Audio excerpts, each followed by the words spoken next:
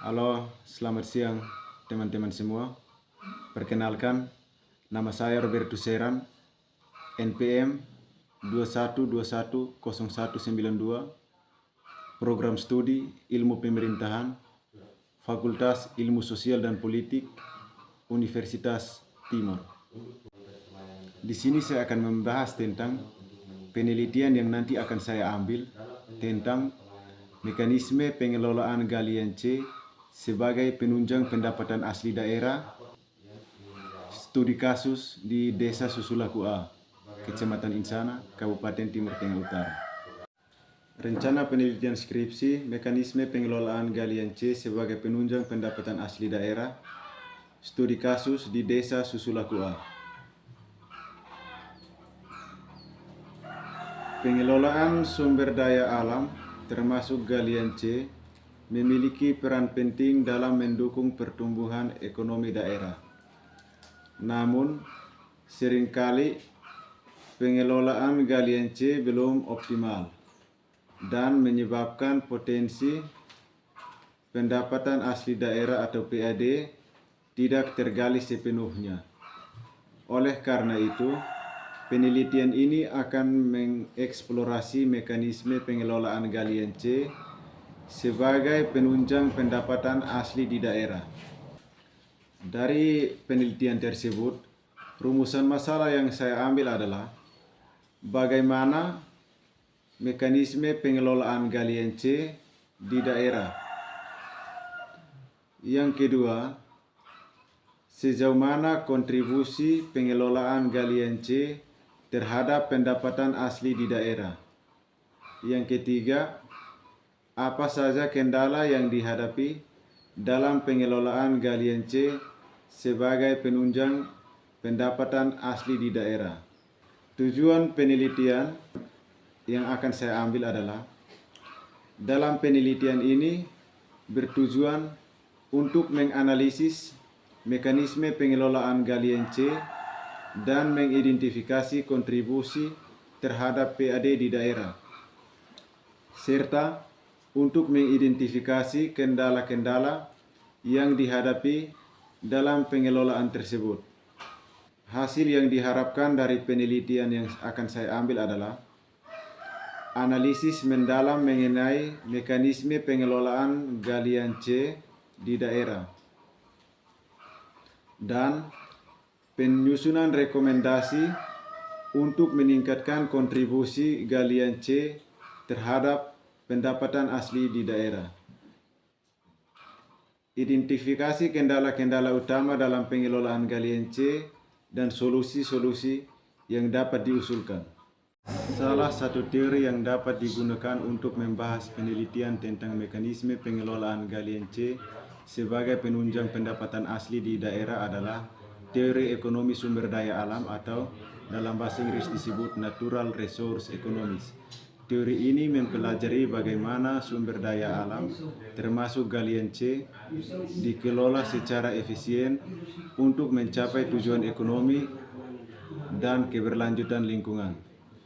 Seorang ahli seperti Elinor Ostrom, penerima Nobel Ekonomi, dapat memberikan wawasan tentang manajemen sumber daya alam yang berkelanjutan melalui konsep-konsep seperti desentralisasi, partisipasi masyarakat, dan pengelolaan bersama. Kelebihan dan kekurangan dari teori sumber daya alam natural resource economics oleh ahli Elinor Ostrom, penerima Nobel Ekonomi.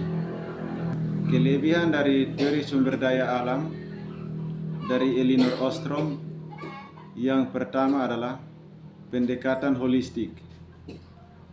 Pendekatan ini melibatkan partisipasi masyarakat lokal dalam manajemen sumber daya alam yang memungkinkan untuk menyesuaikan dengan konteks lokal dan keberlanjutan jangka panjang.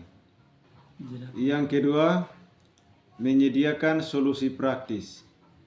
Teori ini menawarkan alternatif yang dapat diterapkan untuk memanajemen sumber daya alam yang tidak hanya didasarkan pada aturan pemerintah atau pasar bebas, tetapi juga pada koordinasi kolektif dan peraturan lokal. Yang ketiga, berbasis bukti. Pendekatan Ostrom didasarkan pada penelitian empiris yang luas dan mendalam yang mencakup studi kasus di berbagai negara dan budaya, sehingga memberikan dasar yang kuat untuk rekomendasi kebijakan. Sementara itu, beberapa kekurangan dari teori sumber daya alam natural resource economics oleh Elinor Ostrom. Yang pertama itu, tidak selalu mudah diimplementasikan. Konsep yang kompleks dan tergantung pada partisipasi aktif masyarakat lokal, dapat sulit diimplementasikan dalam praktek di berbagai konteks sosial dan politik. Yang ketiga, tidak ada solusi yang bersifat universal atau umum. Pendekatan Ostrom mengakui perbedaan dalam kondisi lokal dan menekan pentingnya solusi yang disesuaikan dengan konteks tertentu. Namun ini juga berarti bahwa tidak ada solusi yang cocok untuk setiap situasi. Yang keempat, tantangan dalam mengelola konflik, memperoleh konsensus di antara berbagai pihak yang terlibat dalam manajemen sumber daya alam seringkali sulit dan dapat menghadapi hambatan politik dan sosial yang signifikan. Teori lain yang relevan dengan judul yang saya ambil adalah dari ahli Profesor Dr. Elim Salim, salah satu ahli ekonomi pembangunan di Indonesia. Dia juga pernah menjabat sebagai Menteri Lingkungan Hidup di Indonesia. Dalam konteks pengelolaan galian C sebagai penunjang pendapatan asli di daerah, teori ini akan menyoroti peran pemerintah dalam merancang kebijakan yang berkelanjutan dan berpihak pada kepentingan masyarakat.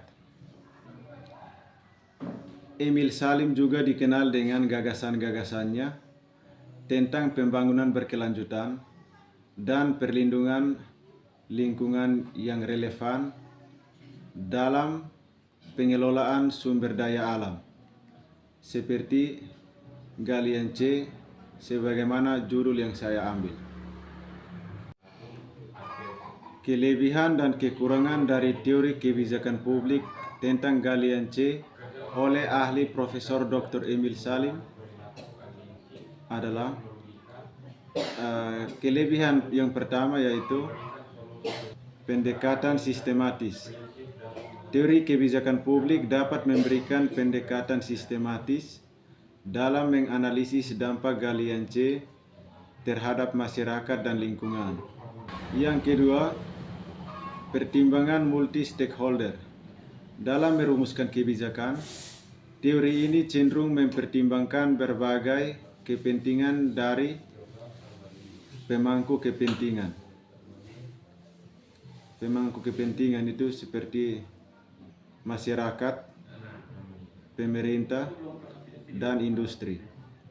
Yang ketiga, keterbukaan informasi. Mendorong keterbukaan informasi dan transparansi dalam pengambilan keputusan terkait galian C, sehingga memungkinkan partisipasi publik yang lebih baik. Yang keempat, fleksibilitas dalam solusi. Dalam menghasilkan solusi kebijakan yang lebih fleksibel dan adaptif sesuai dengan dinamika perubahan kondisi lingkungan dan sosial. Namun ada juga beberapa kelemahan yang mungkin terkait dengan teori kebijakan publik tentang galian C. Itu yang pertama, kompleksitas analisis. Analisis kebijakan publik seringkali kompleks dan memerlukan data dan informasi yang komprehensif, yang mungkin sulit diperoleh dalam konteks galian C.